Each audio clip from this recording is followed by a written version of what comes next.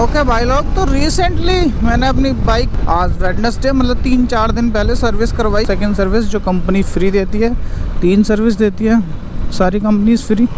ये मेरी second service थी। रेड लाइट क्रॉस कर दिया मैंने, माचुदा है।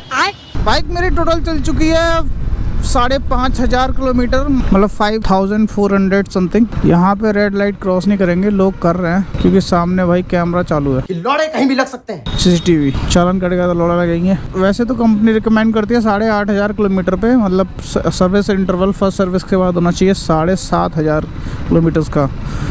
लेकिन मैंने जल्दी करवा ली क्योंकि मैंने कई सारी ट्रिप मार दी थी, थोड़ी लंबी लंबी, और बारिश का भी टाइम आ रहा था।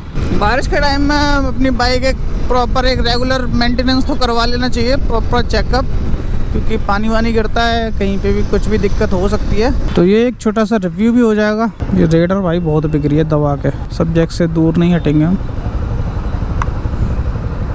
तो नोएडा में है वो शोरूम, सर्विस सेंटर और शोरूम जहाँ से मैंने बाइक ली थी। तो हम वहाँ गए संडे को। मैंने कॉल किया पहले सर्विस सेंटर पे कि भाई सर्विस के लिए आ जाऊँ, भीड़ तो नहीं है। उसने बोला नहीं भीड़ नहीं है, आ जाओ कोई दिक्कत नहीं। सरदार जी।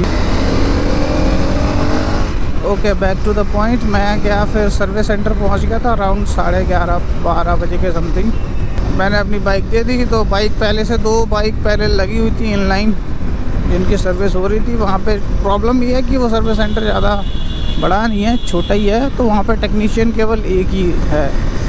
तो मैं गया, प्रॉपर वेटिंग रूम है, जाके मैं बैठ गए। उन्होंने जॉब शीट बनाई, पूछा कोई प्रॉब्लम तो नहीं है। मैंने बोला कोई प्रॉब्लम नहीं है, बस एक प्रॉब्लम इसमें आ रही थी कि जैसे जब कोल्ड स्टार्ट में कर रहा हूँ तो अगर एक्सीलेटर ना दूँ तो बंद हो जा रही है कोल्ड स्टार्ट पे अपने आप। ऑन थोड़ी देर स्टार्ट होगी और बंद हो जाएगी। थ्रॉटल रुक नहीं रहा एक जगह पे, इंजन आरपीएम। तो मैंने उसको बोल दिया ये दिक्कत है, बाकी तो कोई इशू नहीं है, बस बाकी सब चंगा है, अभी तक मस्त चल रही है बाइक।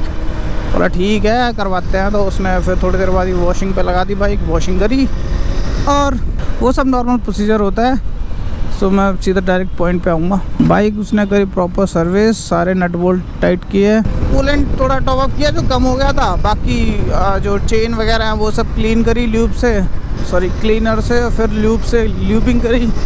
और जो हमारे ये कॉन्टैक्ट पैच हैं, चाबी वाली जगह हैं, जितने भी मतलब मूवेबल पार्ट हैं बाहर दिखने वाले, फुट रेस्ट वगैरह, सारी जगहों पे उन्होंने WD-40 एक वो होता है ल्यूब, वो लगाया। मेन हमारा जो हुआ, एक तो ऑयल चेंज पार्ट्स में था, एक तो हमारा एयर फिल्टर चेंज हुआ, पहला एयर फिल्टर इसमें चेंज हुआ है, और दूसरा हमारा हुआ ऑयल फिल्टर चेंज। और भी कुछ हुआ वो मैं बाद में आता हूँ। मेनली सर्विस के टाइम पे ये 2 पार्ट चेंज करे उसने। हुआ यूँ कि जब मैं बिलिंग पे था तो बिलिंग पे मैंने बोला सारी चीज़ें ओके हैं, मैं बोला यार तुम्हारी सर्विस अच्छी है। तो वो बंदा खुश हो गया, मैनेजर जो था जिसने जॉब शीट वगैरह बनाई थी। तो उसने बोला अरे चलो सर आपकी बाइक में वो चेक नहीं किया, शायद सॉफ्टवेयर अपडेट कुछ आया हो तो वो भी चेक कर लेते हैं। और बढ़िया यार कर दो। तो वो भी फिर उन्होंने चेक किया, सॉफ्टवेयर अपडेट, कोई सॉफ्टवेयर तो नहीं आया। तो अपडेट कुछ आया नहीं था खास, बेंच पहले भी इसका वर्जन 0.52 था, अभी भी सेम है। वो लोडू चूतिया बना रहा कि हाँ थोड़ा आया है, मैंने अपडेट एक कर दिया है। तो ऐसा कुछ नहीं आया था, बस उसने चेक किया, आया नहीं था। पता नहीं उसने ये क्यों बोला कि आया है, कि मैंने वर्जन चेक किया तो वर्जन सेम था। तो एक तो ये अजीब था, लेकिन हाँ चलो चेक किया तो था उसने, इतना मेरे को भरोसा है, मेरे सामने किया था। फिर मैंने उसको बोला भाई एक बार और थर्ली देख ले, कोई दिक्कत तो नहीं है। मैंने बोला ब्रेक पैड, यहाँ सब ओके है। फिर थोड़ी देर बाद उसने देखा, बोला कि ब्रेक पैड ना इसके आगे वाले डालेंगे, कि वो मैंने अभी देखा है ये ना अभी 300-400 किलोमीटर ही चल पाएंगे, फिर बाकी ख़त्म है। फिर मैंने देखे तो हाँ उसमें थोड़ा सा ही बचे हुए थे, वो ज़्यादा मोटा बचा नहीं था, तो वो ऑब्वियसली घिस गए थे।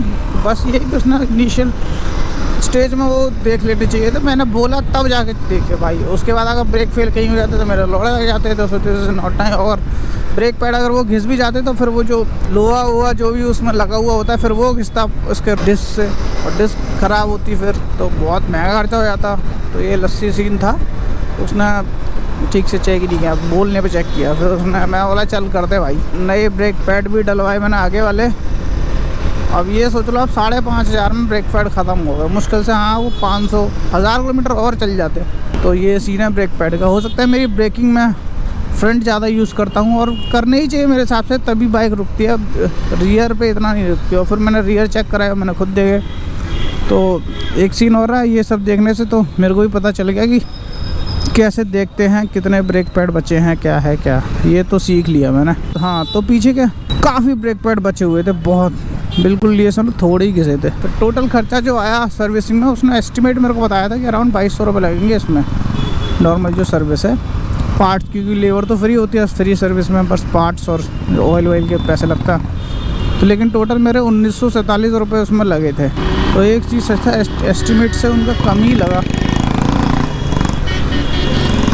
और बिलिंग विलिंग सब हो गई। फिर मैंने दोबारा से उसके ब्रेक पैड डलवाए थे, तो उसकी बिलिंग उसने दोबारा करी। अराउंड 500 के समथिंग थे ब्रेक पैड फ्रंट वाले। ये लस्सी थे वो, बिना हेलमेट के लोडू बैंक जो चूतिया साला है, हाथ में हेलमेट सर पे नहीं लगा रखा और भगा उल्टा सीधे। भगा ले, हेलमेट तो लगा ले, बैंड से खुद मरेगा, अब दूसरों को मारेगा लौड़ा। हाँ, नाइस टोयोटा हाइलक्स भाई, बहुत तगड़ी गाड़ी है ये। ट्रक बोलेंगे, पिकअप ट्रक। वो ब्रेक पैड का कीमत था 500, मैंने जो बताया 500। बोला कि अब मैं जॉब शीट क्या दोबारा बनाऊंगा, ओपन करूंगा, आप ना लेबर चार्ज ऐसी डायरेक्ट कैश दे देना मैकेनिक को, बस बात ख़त्म।